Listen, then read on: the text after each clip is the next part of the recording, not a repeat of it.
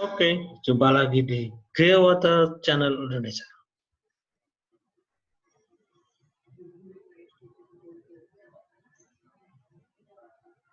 Oke. Kali ini di edisi kedua Kultum, kuliah 7 menit di episode kedua. Masih di Kultum, saya akan sharing banyak hal pengalaman saya mengenai banyak hal, terutama yang positif untuk saya sharingkan dalam kuliah sekitar 7 menit. Mari kita mulai. Di episode kedua ini, saya akan membahas mengenai hanya dengan satu slide, selama kurang lebih 7 menit saya akan sharekan permasalahan yang umum buat para mahasiswa S1, S2, dan juga yang bisa berguna juga buat para dosen. Kenapa skripsi dan tesis itu sering molor? Banyak yang kuliahnya lancar, semester 1, 2, 3, 4, tapi ketika memasuki yang skripsi, skripsi dan tesis itu sering terjadi molor atau out of schedule. Jadi, ya materi ini, karena ini sebuah karya tulis, skripsi maupun tesis, ini bisa berguna untuk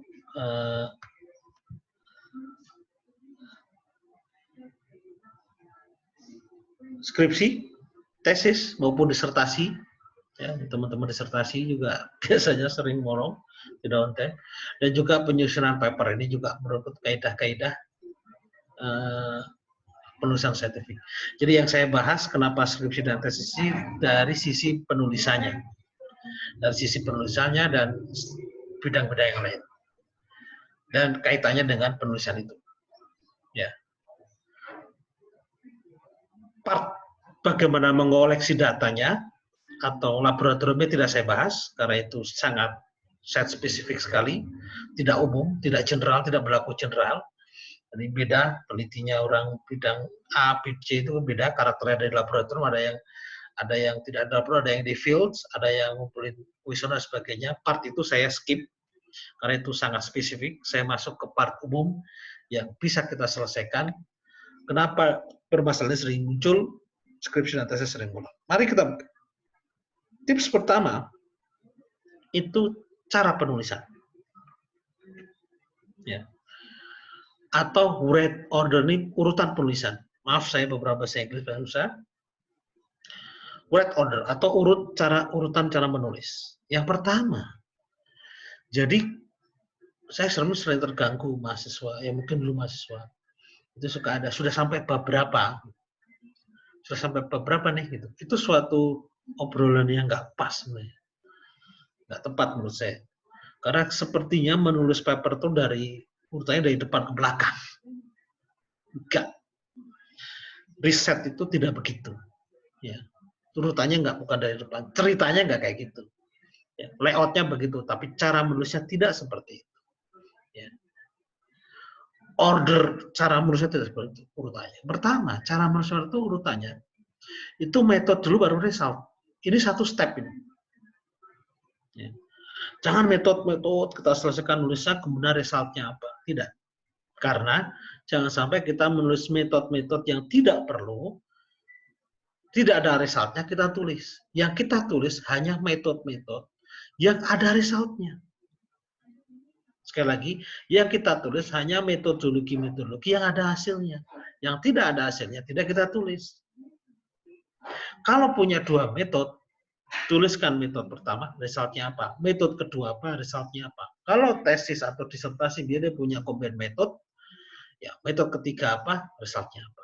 Itu yang kita tulis pertama. Walaupun displaynya itu beda, metode di file apa, di file apa, result di file apa, itu beda oke. Tapi caranya itu begitu dalam satu tahapan. Setelah metode dan resultnya kita tulis, barulah kita masuk ke pembahasan. Discussion itu bahasa Indonesianya itu maknanya itu artinya pembahasan, bukan maknanya diskusi ya. Diskusi terlalu les. Ya, ini dibahas. Nah ini result 1 dibahas, result 2 dibahas, result 3 dibahas.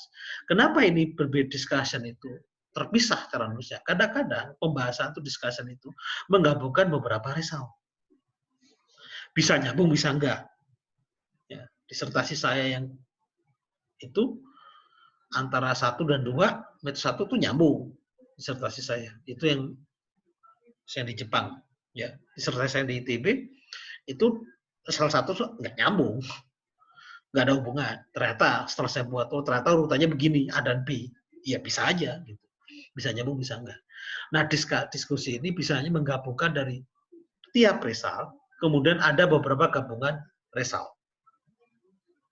Paham sampai di sini ya? Ya. Jadi ada bisa jadi gabungan dari result. Yang ketiga, barulah ya, kita susun kesimpulan. Ya. Kesimpulannya kayak apa nanti kita bahas. Tapi baru kita susun kesimpulan. Ya. Core kesimpulan itu biasanya dari result dan diskusi. Core-nya dari situ hasilnya. Ya. Baru setelah itu melangkah ke introduction atau bab pendahuluan. Nah, kalau sudah punya hipotesis di awal bab-bab 1 yang template, oke lah. Ya nggak apa-apa nulis duluan bab 1 2. Cari yang mulai dari yang mudah lah ya, boleh lah kalau punya template lah. Skripsi kan misalnya punya template-template yang umum gitu ya, bisa ngambil contoh, boleh lah. Tapi nulisnya itu kemudian finalnya itu tetap hasil dari bab-bab sebelumnya, apalagi paper. Ya. Seperti ya kalau tesis sama disertasi, oh kita bahasa ulangkan atau kaitannya gimana itu dengan hipotesis, dengan hasil penelitian, dengan resultnya. Itu kan kembali ke awal. Isu yang kita jawab, oh ternyata kita menjawabnya hanya sekian persen. Oh ternyata ini masih harus dilanjutin dengan yang lain. Ternyata ini masih apa, ternyata masih kurang. Itu kita kembali. Baru ke introduction. Batasan, mungkin muncul batasan-batasan baru. Dan sebagainya. Jadi introduction itu disusun belakangan. Finalnya. Karena itulah gabungan. Apalagi paper. Itu tips pertama, red order. Masuk tips yang kedua. Nah, apa yang dikerjakan duluan?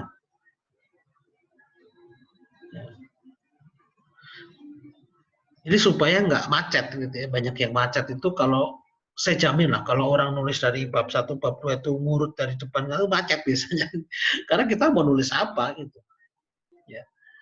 Nah, yang kita kerjakan duluan nulis apa? Karena ujungnya dari belakang, ada di bab 3 dan 4 lah misalkan seperti itu. 4 atau 5 terserah tergantung itunya. Ya, susunannya. Nah, kerjakan dulu tuh tabel dan figur atau gambar. Ya. Itu kerjakan duluan. Susunan tabel kita rapikan, jelas fungsi X-nya, mana Y-nya, tabel ke kanan dan kirinya apa aja. Kemudian kalau figur, kita tata dulu figurnya, plotting datanya di mana. Ya, kalau orang teman-teman geoscience ya dia mengupload data geospasial seperti apa, di peta ArcGIS atau gimana. Itu kita lengkapin duluan, baru selanjutnya kita grafiknya.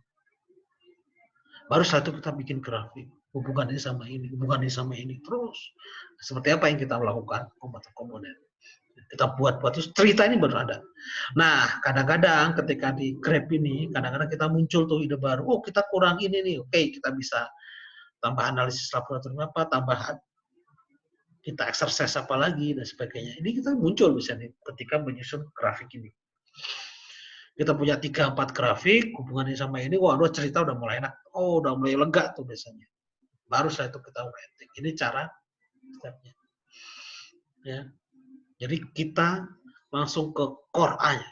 Langsung ke core-nya, ke inti dari paper, skripsi, disertasi, tesis. Itu adalah yang di grafik-grafik itu. Yang punya cerita. Yang punya hubungan. Baru kita bahas. Oke. Itu step kedua. Step ketiga, mau skripsi, tesis, disertasi, atau paper, ya, karena ini scientific writing, maka harus punya schedule yang ketat. Tight itu ketat. Saya nggak tahu cara bahasa yang lebih enak. Harus jelas. Sekarang skripsi 6 bulan. Oke, bulan 1 saya ngerjain apa, bulan 2 apa, bulan 3 apa, bulan 4 apa, bulan 4, 5 apa. Tesis juga seperti itu. Ya. Oke, bulan 1 saya ngerjakan tabel ini sampai tabel ini, bulan kedua figur ini. Figur sama tabel kita komplitkan bulan 1. Oke, setelah itu melangkah ke grafik, setelah itu baru rating, setelah itu apa-apa. Sampaikan schedule yang ketat ini ke supervisor. Kita discuss nanti. Ya. Pak, saya mau begini. Saya yakin supervisor atau dosen itu paham kalau kita punya schedule yang jelas. Ya. Karena kita adalah, saya dosen atau supervisor itu, ya kadang kita ngelihat gitu, perform itu dari schedule yang tight gitu. Jadi performa mahasiswa itu terlihat dari bagaimana mengatur schedule dan progres itu. Jadi kadang-kadang kita menilai itu lebih banyak ke faktor itu sekaligus, walaupun kita tetap melihat result secara utuh. Ya, faktornya itu dia. Schedule yang ketat. Kita harus nyusun. Kalau udah susun per bulan, baru kita turunkan per minggu. Oke, minggu ini saya selesaikan ini. Habis itu ke harian. Oke, hari ini saya selesaikan ini. Ya. Seminggu, minggu ini. Nah, kalau keluar dari bulan, wah itu repot. Jadi kenapa orang tuh kadang 1 tahun melesetnya itu karena suka tricky di bulan. Gitu. Jadi kalau targetnya tuh meleset 1 bulan, it's mean meleset 1 semester. Ini teman-teman mahasiswa suka nggak paham. Gitu. Kenapa aja jadi molor 1 tahun? Kan sebenarnya dia sebenarnya melesetnya satu bulan dari target, off target, tapi kemudian berdampak 1 tahun. Dan itu biasanya jadi tuman.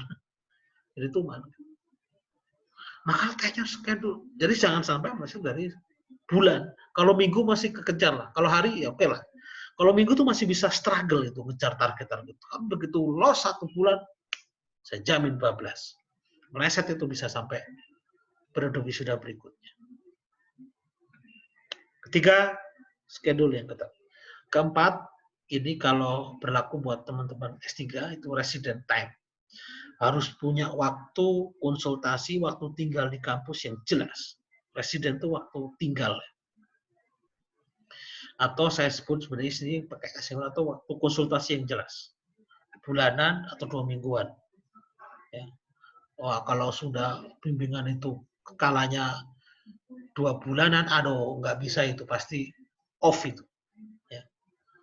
Saya pikir kalau teman-teman skripsi itu 2 mingguan itu udah bagus, mingguan jauh lebih bagus. Ya. Hadap apapun progresnya, sampaikan. Kalau memang baru di figur ini dan Pak saya berusaha, wes, tidak ada dosen yang nggak wes. Ya, harusnya tidak ada.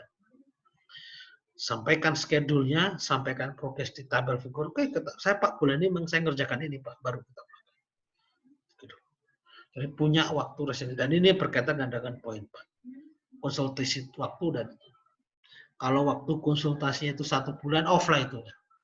Ya, saya yakin banyak yang off ketika dalam 1 bulan itu nggak pernah nongol depan dosen, udah itu pasti off. Ya. Jadi pada prinsipnya semua ini kan riset mandiri gitu. Ya, kita yang penyusunan skripsi, tesis, disertasi, paper itu kan kenapa menguras mental gitu. Ya, sebenarnya mau saya kasih tambah 5 gitu, tapi saya masalah mental nggak mau saya bahas karena prinsipnya itu tergantung dari 4 ini gitu. Yang kelima masalah mental. Semua ini ketika penyusunan materi ini kan masalah mental karena mental juga berpengaruh, tapi pengaruh besar itu ya di sini. Bisa terukur di sini. Karena sebenarnya karena prinsipnya penyusunan skripsi tesis itu kerja mandiri. Mostly dikerjakan sama sendiri. Ya. Tapi memang pekerjaan mandiri lah, pekerjaan mandiri. Jadi memang benar-benar melatih mental. Oke, demikian saya simpulkan. Yang pertama, write order itu begini urutannya, tidak seperti yang di display-nya. Ya. Ini cara pekerjaan dimulai dengan tabel dan figur, baru ke grafik. Ini karena core of the core-nya. Punya schedule yang jelas, dan terakhir punya waktu resident time yang clear dan terukur. Saran saya pekanan, ya 2 pekan atau 1 pekan sekali, dan paling lama 1 bulan. Oke, demikian Kultum episode kedua. Nantikan Kultum episode selanjutnya. Silahkan di like, subscribe, dan share. Semoga bermanfaat. Bye-bye. Terima kasih.